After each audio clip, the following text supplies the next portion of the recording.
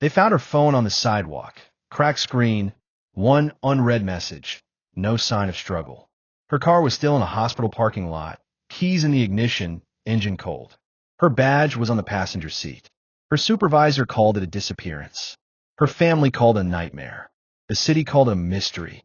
Her name was Mara Ellis. She was a 27-year-old night nurse at Harborview Medical Center, known for a calm bedside manner and a coffee cup that was never empty. On a rainy October night, she finished a double shift, clocked out, and vanished before the sunrise shift could take over. Surveillance footage showed her walking toward the staff lot, umbrella in hand. The footage stopped. The last frame captured a shadow crossing the lot. Not a person the cameras could identify, just a dark movement that swallowed the light. At first, police said she might have left for a new life. But Mara didn't have a reason to run. Her family knew of no arguments, no hidden debts, no enemies. Her messages were ordinary: a text of her sister about breakfast plans, a joke to a friend about the terrible vending machine coffee. Then an anonymous tip arrived, a grainy photo sent to a neighborhood watch group. A pair of muddy shoes near the river walk, a dark smear on the path, and a timestamp that matched the hour Mara disappeared. Detectives followed leads. They found Mara's badge card swiped at the hospital exit 5 minutes after the footage cut. They found her car keys under a bench at the far end of the lot. CCTV from a convenience store across the street showed a figure matching Mara's description leaning against a lamppost, talking into a phone. The audio was garbled. A witness later claimed they saw a van idling near the lot that night. 2 men inside, faces turned toward the building. But van registrations led nowhere. The plates were temporary, the VIN scrubbed clean. Inside the hospital, whispers spread. Someone remembered a late-night delivery truck that always idled with the driver asleep at the wheel. Another staffer mentioned a contractor who'd been working odd hours in the basement, a man who wore an orange vest and smelled of diesel. Administrators denied any safety breach. The security team insisted on camera checks and promised cooperation. But questions mounted. Why did the cameras cut out for exactly 9 minutes that night? Why were the logs overwritten before investigators could pull them? And why did internal communication show a maintenance request filed at 3:02 a.m., right when Mara disappeared, labeled only as urgent? System reboot?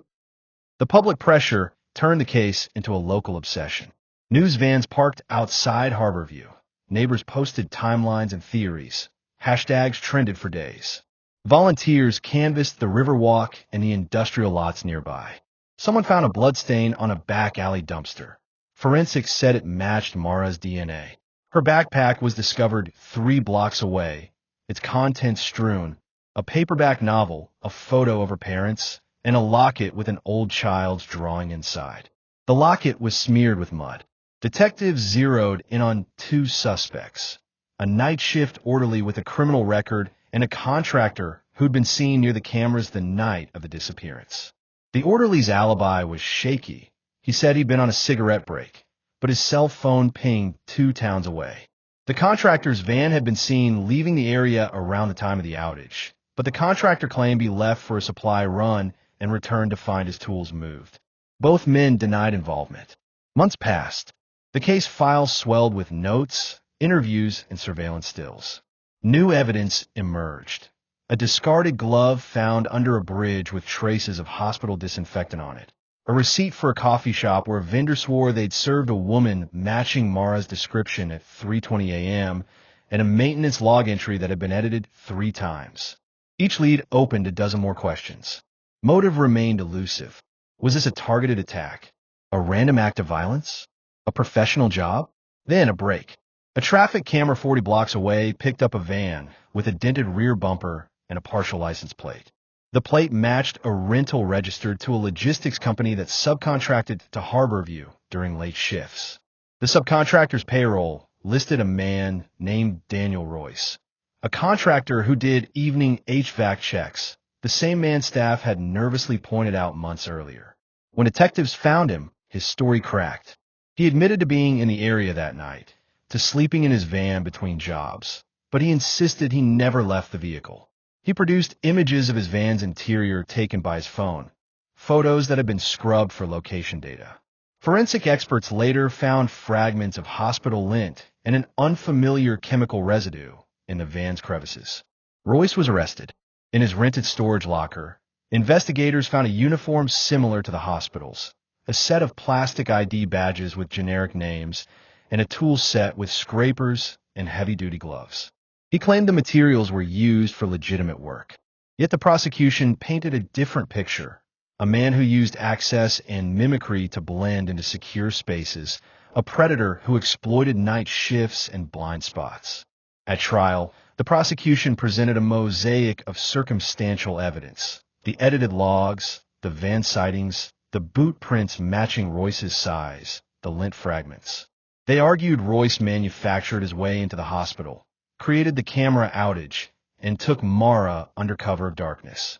The defense argued reasonable doubt. No direct eyewitness, no definitive timeline proving Royce was the one who crossed the lot, no murder weapon, and no confession. The jury heard both stories.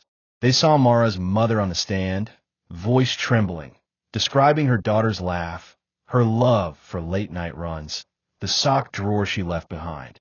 They saw co-workers testify about small oddities: a misplaced scrub cap, a locked exit found ajar. They heard about the edited maintenance log and the van that should never have been there. 9 days later, the jury returned, guilty on charges of kidnapping and murder. But the verdict did not quiet the neighborhood. Questions lingered in coffee shops, in the undercurrent of the hospital's corridors. Some forensic experts testified privately that the evidence felt like a patchwork built on plausible inferences, not incontrovertible proof. Other investigators argued the pattern of behavior matched known predators who use uniforms and access to prey. Family members celebrated the conviction as closure, but closure felt thin when the how and why were still clouded. Years later, new details surfaced. A whistleblower within the hospital's third-party contracts revealed a culture of cost-cutting and lax background checks. Cameras were often left with outdated firmware. Temporary IDs circulated without strict verification. A civil lawsuit exposed internal emails where a manager had complained about nighttime anomalies and suggested upgrades that were never funded. The hospital settled quietly with Mara's family.